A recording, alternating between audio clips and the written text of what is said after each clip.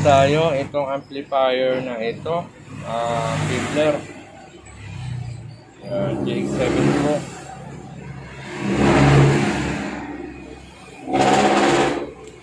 Ito nakabukas na dahil sabi ng may-ari ay umusok daw.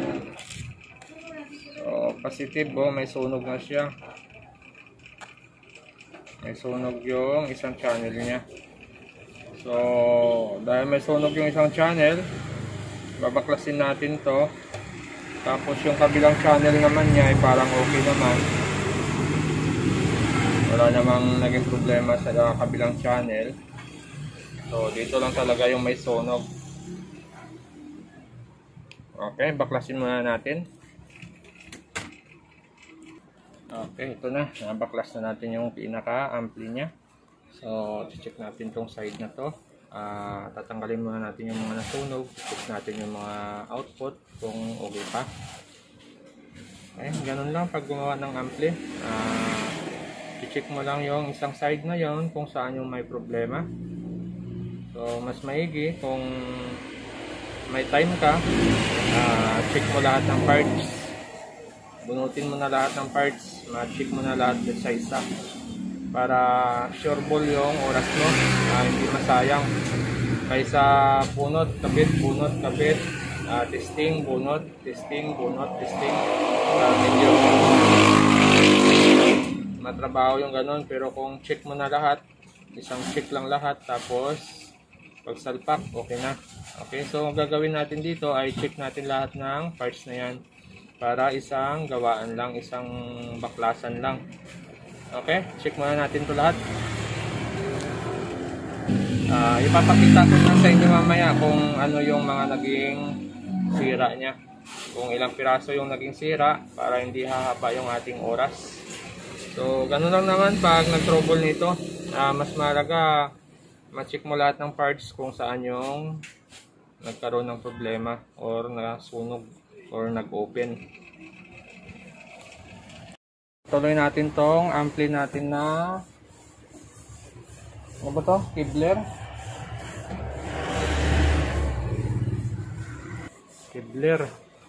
So problema nito ay sunog itong parts dito, yung 220 ohms natin sunog. Tapos nung na-check up na natin lahat, talagang marami yung na-damage niya. So ito yung pinalitan natin, 4 na power.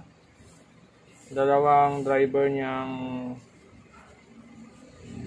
yan, 20 A940 saka C2073. Tapos yung dalawang resistor, isang 220 saka isang 2.70. Tapos isang transistor na 1740. Tapos tatlong resistor na 0.25. Tapos itong 4 na output na A1943 saka C5200. Okay, bali yan yung pinalitan natin. Tapos ito na. So na-set up na natin siya, napalitan naman natin lahat ng mga damage. So ginawa natin dito ay binunot natin lahat ng parts na yan. Tapos sinek natin kung okay lahat ng parts o kung saan may sira. So napalitan na natin lahat ng buo. So kakabit na natin lahat ng mga tinanggal natin. So ito dapat kabisado nyo to kung nagtanggal kayo nito. Dapat kabisado nyo magbalik nito. Pero pag hindi, so kakabit na natin yung kanyang power supply. So ang white niya ay supply sa pan. Yung white natin ay supply sa pan. Makikita nyo naman yung nakasulat dito sa gilid ng transformer kung ano yung function ng mga kulay na output ng ating transformer. So, yung white natin ay 13 volts. 13 volt supply sa pan.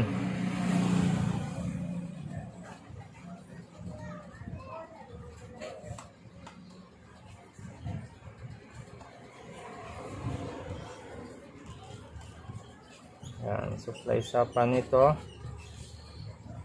Tapos yung asol natin sa kayong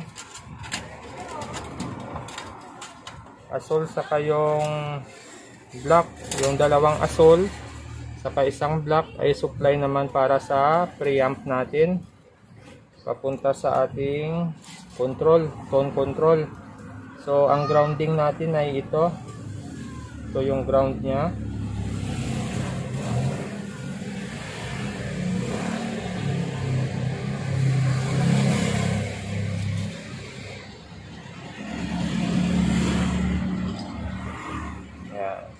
Natakpan ko, no? So yan yung ground natin. Ito yung dalawang kapasitor dito. Yan, dalawang kapasitor. Tapos ito yung diode natin papunta sa supply sa preamp. So yung kulay asul na yan ay dito yan. So ingat-ingat lang tayo, baka magkamali tayo ng kabit rito. Pwedeng magkaroon ng problema yung ating ginagawa. So dapat tandaan nyo kung saan nakakabit o saan yung kinuha yung mga wiring na yan, saan yung binunot. Dapat matandaan nyo yan. So okay na. So ito ay supply ng ating preamp. Okay. So pasok dito. Ito supply ng ating fan. Tapos ito namang dilaw ay supply ng ating amplifier or main amp natin. Yung black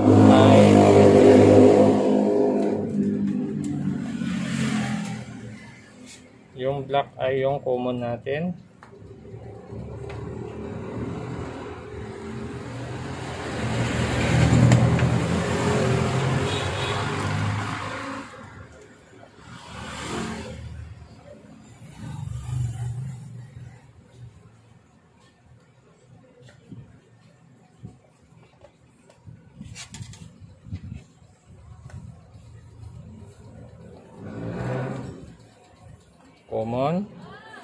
Common yung black. Tapos yung dalawang dilaw ay AC ng diode. Yan, AC ng diode yan.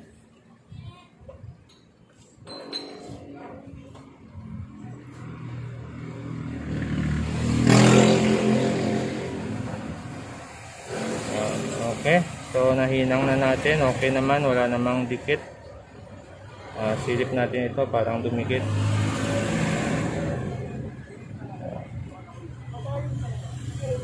Okay naman. Okay na. Asol.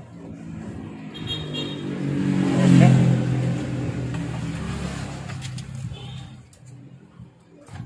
So sana gumana, sana hindi umusok na. Tapos pagdating naman dito ay dapat kabisado din natin yung connection. So pag hindi nyo kabisado ay tandaan nyo na lang, lagyan nyo ng marking para hindi kayo malito pag binalik nyo.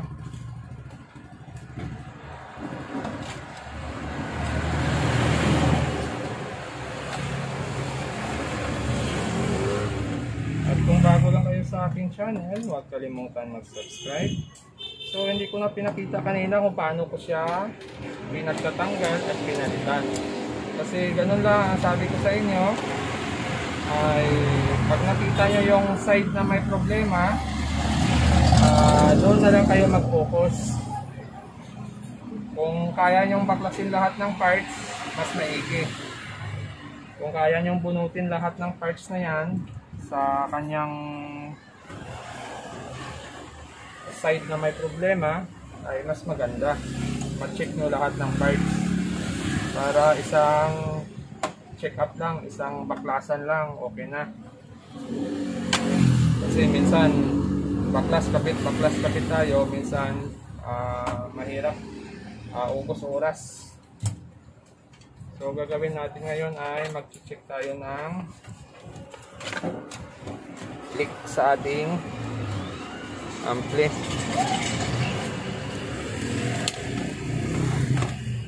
Okay. Okay, check lang tayo ng leak kung may tagas yung ating pinaka-ampli. Naka 10 volts lang tayo. Sundot lang natin. So pag nag-check tayo dito sa mga ganito, hindi pa natin muna siya gagamitan ng 220. Iwa 110 lang muna natin yan. Kasi pag may mali tayo doon, hindi basta-basta malaki yung damage. So 110 muna tayo. Sundot lang. Dito tayo sa may speaker out. Yan. Ito. So speaker out to. Titingnan nyo lang kung tingin sa tester kung babayo yung supply natin. Sundot ko. Yun, wala. Hindi pumalo yung ating tester. Sira yata Isa pa, sundot. Yun. Meron ba? Nagluloko yata siya. Ayaw niya nang nakabaliktad. So, isa ito. Yun. So, nakita nyo, bumabalik. Nagsisiro siya ulit. Ibig sabihin yan, good yung out natin. Yung papunta sa speaker. Yun. Yun, nagsisiro. So, pag bumabalik, ibig sabihin, pwedeng buo yung ating ampli. Try ulit natin dito. Yun, bumabalik oh. Yun. So, ibig sabihin, buo siya. Walang leak yung ating audio out. Try natin siyang lagyan ng sounds. Lagay ko lang yung jumper.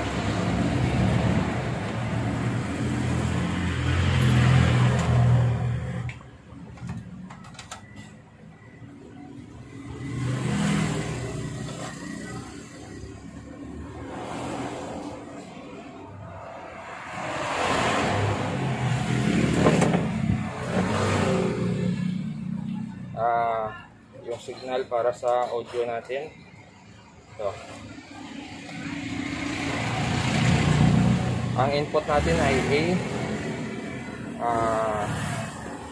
Try natin power on, isaksak.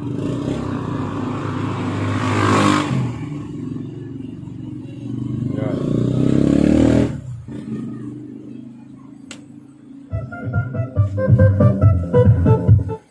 Okay, may sounds na siya. So, ang saksak natin ngayon ay naka 110 pa rin tayo.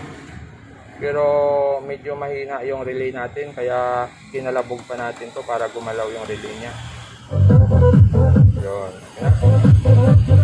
Yun, okay na siya.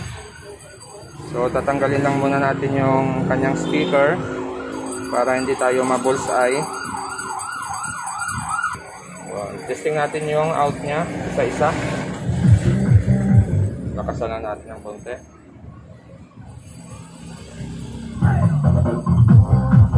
Yun, meron. Meron. Meron. Meron. So, ganun pag nag-test tayo, isa-isahin natin left and right. Okay, meron din. So, meron. Okay. So, meron lahat audio. Ibig sabihin, left and right input na siya. So, gumagana na yung ating amplifier. So, gagawin natin ay itatry na natin siya sa may 220 kung hindi siya uusok. Minsan kasi may nabibiling parts na akala mo okay na. Pag nilagay mo sa high voltage, bigla na lang siya nagsa-shutdown o nasisira. So, mga fake na parts na nabibili online. So halos kasi yung mga parts ko ay online kaya hindi tayo sure kung matitibay. Pero lahat naman yon naka-design sa original pero minsan supply rin yung naibibigay sa atin. So try natin ito kung okay sa 220 kasi okay nga siya sa 110 eh. Okay, saksak lang natin sa 220.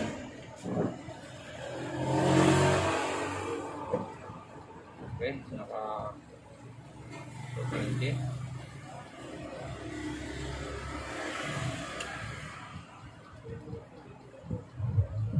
Yun. Hindi ba? So naka 220 na tayo. Wala pa namang umuusok.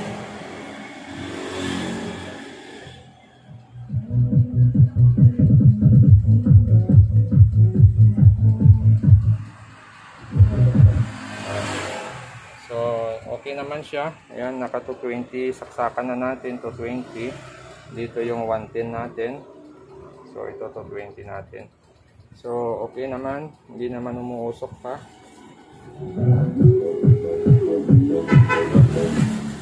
Okay naman. So ang supply natin ay pag naka 220, ang supply ng ating DC. Tingnan natin yung supply natin sa DC. Pag naka 220 yung ating saksak easy. So ito, pag 220 mayroon siyang 64 tapos negative 64, negative 64.8, positive 64.6. so mataas ang kanyang supply. Okay. So pag naka 110 tayo, yan, naka 110 ito ngayon, naka 110. Pag 110 ang supply natin ay nasa 31.9 positive. Ang negative natin ay 31.9 din negative.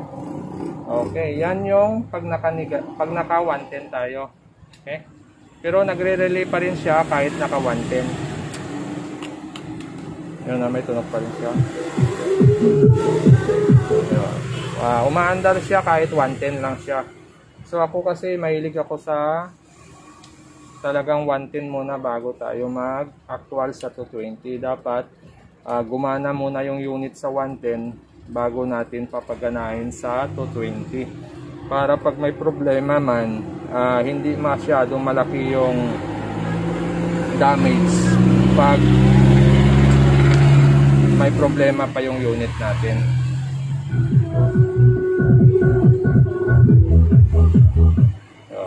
Okay na?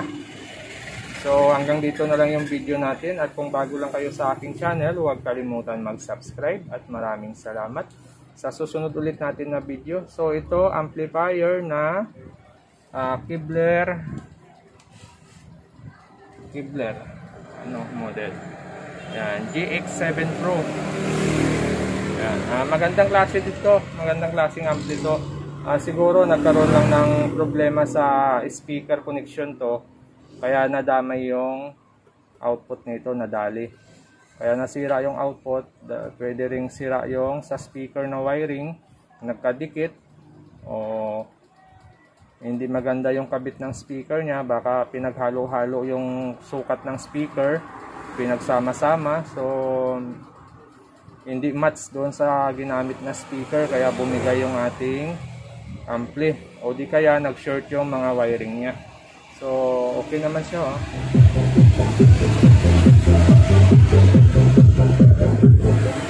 Okay, so hanggang dito na lang yung video natin.